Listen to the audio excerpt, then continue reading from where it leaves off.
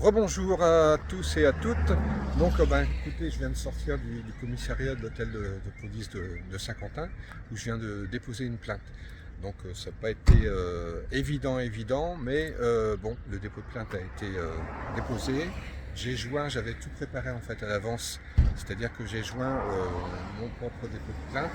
Hein, la personne n'a pas voulu en fait réécrire tout ce que j'avais écrit, donc ça reste une pièce annexe. Hein. En plus de cela, il y a des pièces, donc il y a un dépôt de plainte mon dépôt de plainte fait 3 pages, et il y a les pièces annexes qui représentent 67 pages. Elles sont toutes numérotées de 1 à 67 pour information. J'en dirai pas plus. Par contre, qu'il n'y ait pas de malentendu, c'est une deuxième partie, donc à la sortie du commissariat, et on est toujours en fait le lundi 24 juin 2024, et il est très précisément 11h06. 11h06, et donc sur ce, je vous souhaite une très bonne journée. Comme vous pouvez voir, le ciel est bleu à Saint-Quentin, les températures sont bien agréables, donc j'ai rien de plus à ajouter. Pour une fois, ce sera une vidéo très courte. Bon, je tiens simplement à rappeler qu'en fait, j'ai été victime de violences suite à un conflit d'intérêts avec maître Patrick Margoulès, avocat sur Saint-Quentin. Ce conflit d'intérêts remonte au 28 septembre 2004. Et donc cet avocat m'a reçu dans son bureau sans me dire qu'il était dans un premier temps l'avocat de mon employeur. Hein, il me l'a dit qu'au bout de 3/4 d'heure. Derrière, il y a eu un complot en fait qui a été mis en place avec mon employeur qui n'était autre que monsieur Philippe Rémy. Hein, et durant en fait l'entretien du 28 septembre 2004, j'ai notamment parlé de violence. J'avais un de mes collègues de travail qui menaçait de se suicider. Hein, il était cadre responsable du laboratoire. C'est la raison pour laquelle je suis allé voir cet avocat, maître Patrick Margoulès. Donc, mais j'ai fait état d'un abus de biens sociaux, hein, avec des documents à l'appui. Hein, c'est représenté en fait 800 000 francs en francs, 120 et quelques mille euros, un abus de biens sociaux qui a été commis sur deux exercices 2001 et 2002. Hein. Donc ça, moi j'en ai pris, j'ai compris en fait, hein, j'ai compris. L'expert comptable et le commissaire aux comptes, voilà, ont contrôlé les comptes. Je n'en dirai pas plus. Hein.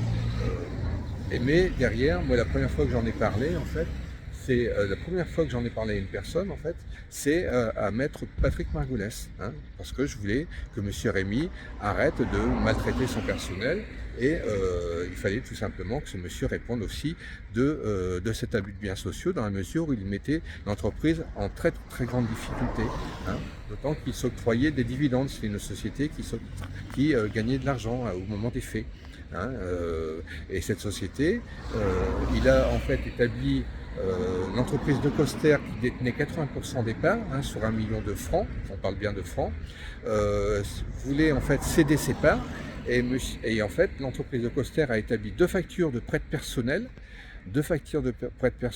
à l'entreprise Société Industrielle Teinturerie La Chaussée-Romaine, hein, en prêt personnel, mais il n'y a jamais eu de prêt personnel.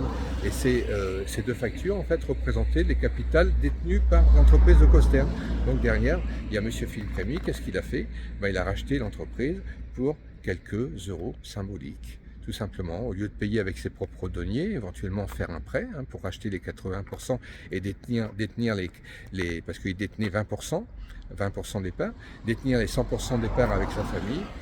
Il a tout simplement, avec l'entreprise de Coster à la gorge, ils ont établi deux factures bidon, parce qu'en fait il n'y a jamais eu de prêt personnel, et donc c'est d'autant plus bidon et d'autant plus flagrant que ces deux factures correspondent aux 80% du capital détenu par De Coster. Donc pour pas que ça soit entre guillemets, ils ont noyé un petit peu le truc en le faisant sur deux exercices, hein, avec un protocole, etc. Mais bon, derrière le commissaire aux comptes, il a couvert.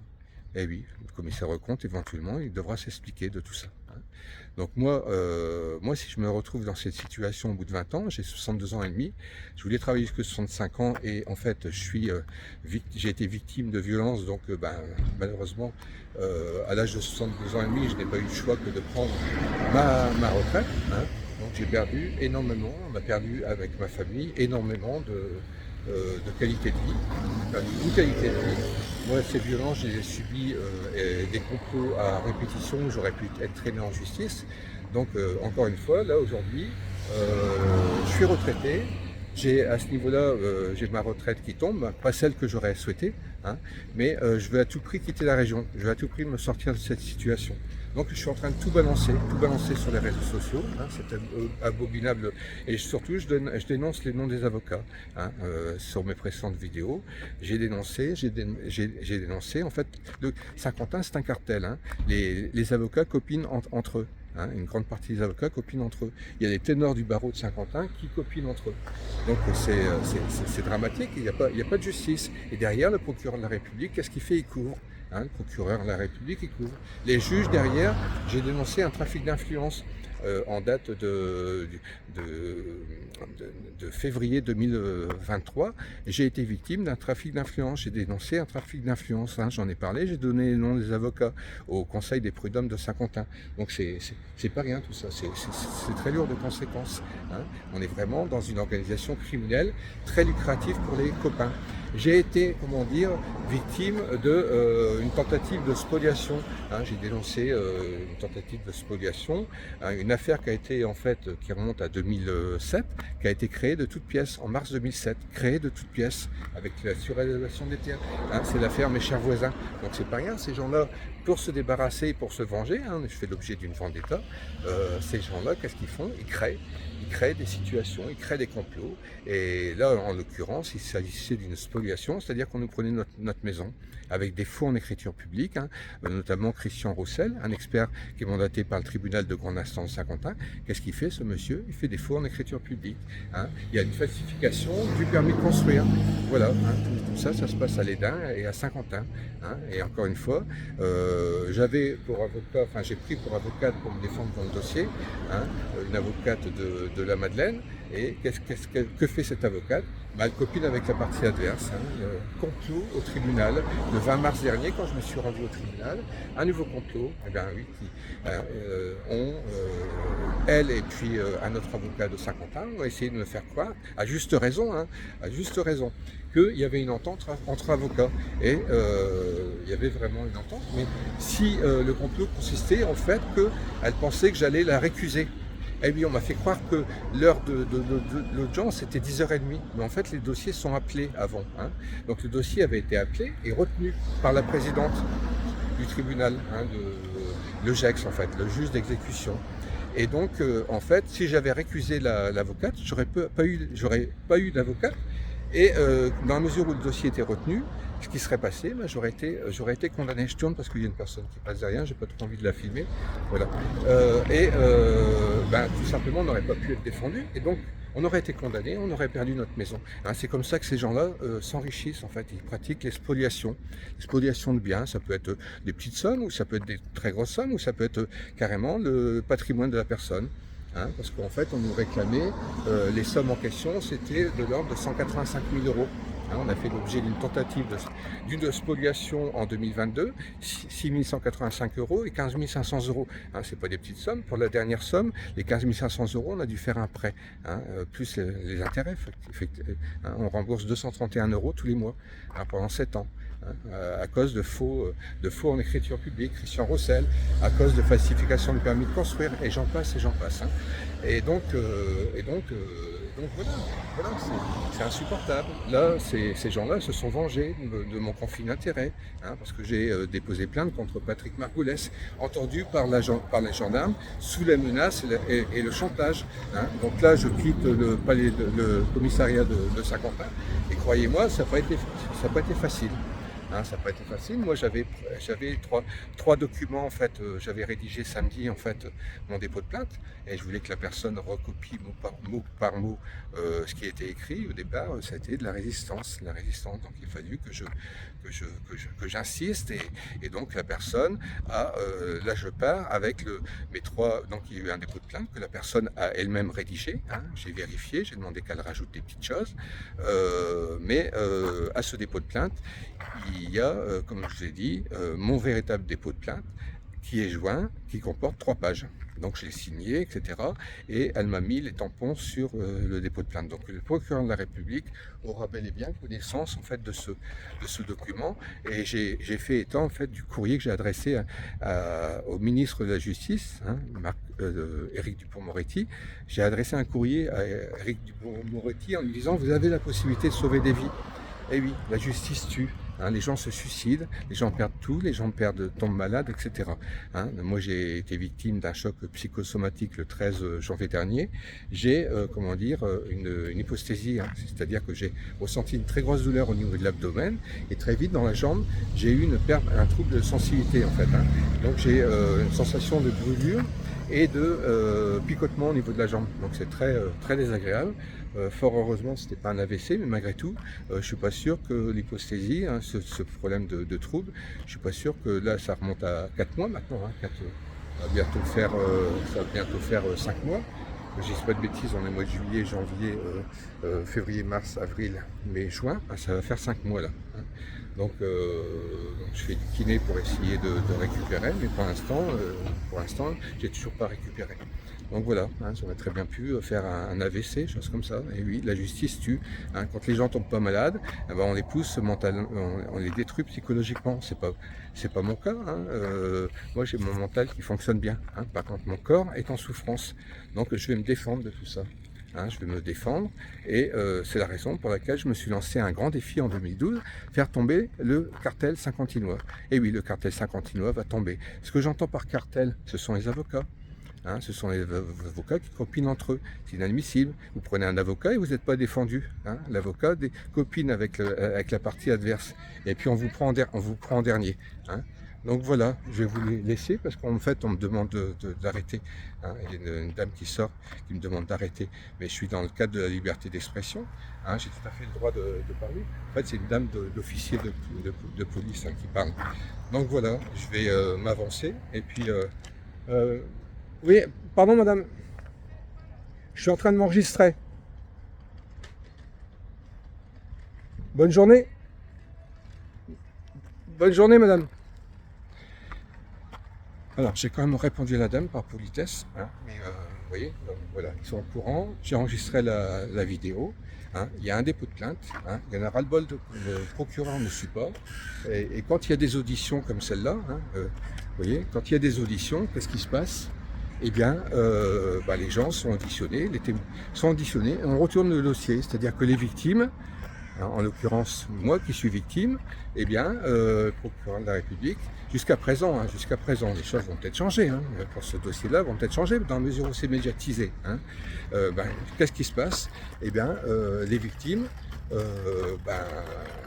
retourne le dossier, c'est-à-dire que c'est les bourreaux qui deviennent les victimes. Hein, c'est inadmissible, c'est tout à fait inadmissible. Donc voilà, là j'ai été repéré. De toute façon, j'avais dit à l'officier de police judiciaire, hein, c'est une dame, que j'avais filmé avant et que j'allais filmer après. Hein. Et les vidéos ne vont pas s'arrêter là, je vais en faire d'autres. Hein. On va monter en puissance. Moi, encore une fois, Saint-Quentin va tomber. Hein. Saint-Quentin va tomber. Encore une fois, les avocats. Hein. Le procureur de la République va devoir s'expliquer. Hein, pour quelle raison j'ai été auditionné sous les menaces, le chantage depuis 2007. Hein. C'est comme ça que ça se passe. Hein, moi, ma fille et celle de ma famille a été détruite pendant 20 ans. On a une vie en miettes. Donc là, j'aimerais bien pouvoir reprendre le cours d'une vie normale. Hein, reprendre le cours d'une vie normale. Je suis en retraite, là. Mais j'ai 62 ans. Hein, 62 ans. 62 ans et demi, c'est pas rien. Hein. Il y a beaucoup de choses que j'aurais pu faire avec ma famille et qu'on n'a pas pu faire du tout. Hein, tout simplement parce qu'on a subi des violences. Et ça, encore une fois, c'est inacceptable. Et moi, je veux me servir, en fait, de cette colère, hein, qui m'anime pour récupérer une vie normale, pour faire tomber le système judiciaire. Donc dans un premier temps, Saint-Quentin va tomber, hein, Saint-Quentin va tomber, mais derrière il y aura, moi j'ai appelé ça les 3 effets. Hein. Donc je vais vous parler des 2 premiers. Le troisième, on va pour l'instant ne pas l'évoquer, je l'ai évoqué dans mes précédentes vidéos. Donc le premier effet, c'est l'effet boomerang. C'est-à-dire que toutes les personnes qui m'ont violenté vont devoir s'expliquer. Hein, c'est l'effet boomerang. Et ensuite, il y a l'effet domino. L'effet domino, c'est-à-dire que Saint-Quentin va tomber, mais derrière, qu'est-ce qui va se passer? Les palais de justice, les gens vont parler.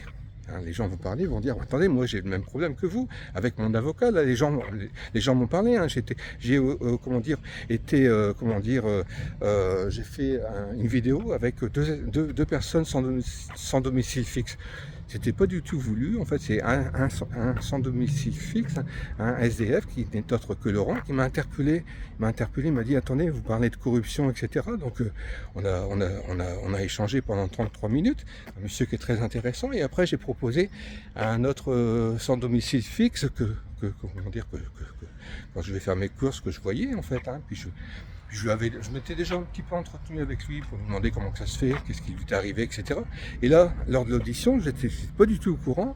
Qu'est-ce qui s'est passé? Il a fait des grosses révélations. Il a eu besoin d'un avocat à un moment donné. Il a eu en fait de l'aide juridictionnelle. Et cet avocat a perçu l'aide juridictionnelle. Mais certainement que dans les conversations précédentes, il avait dû évoquer en fait le fait qu'il avait eu un héritage. Hein. Qu'est-ce qui s'est passé? C'est aberrant, mais je ne suis pas surpris du problème. L'avocat, qu'est-ce qu'il lui a fait? Il lui a demandé de payer en espèces 21 000 euros. Eh oui, ce monsieur, Jean-Baptiste, en fait, a payé 21 000 euros à son avocat. Qu'est-ce qu'il a fait, l'avocat? Il a pris les espèces, c'est une belle affaire pour lui. Hein. A priori, il y avait des factures qui avaient été établies.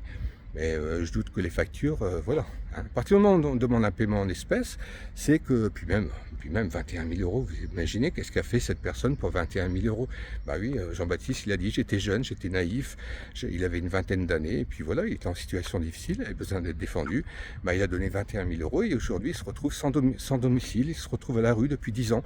Hein. Comme il m'a dit hors caméra, cet argent-là, il aurait pu acheter un logement. Oui, c'est une vie détruite. Par contre, l'avocat en question, l'avocat véreux, hein, c'est un criminel. Hein. Tous les avocats dont j'ai fait état précédemment sont des criminels. Hein. Donc voilà, ces avocats-là vont devoir répondre. Hein. Et je pense que je peux vous assurer que ce sont la plupart des oligarques. Hein. Ils ont des millions et des millions. Ils ont engrangé des millions et des millions hein, pour les plus anciens. Hein.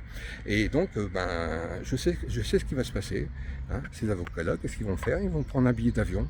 Ils vont partir dans les paradis fiscaux, voilà, pour pas être condamnés, parce que ces avocats-là, ils risquent quoi?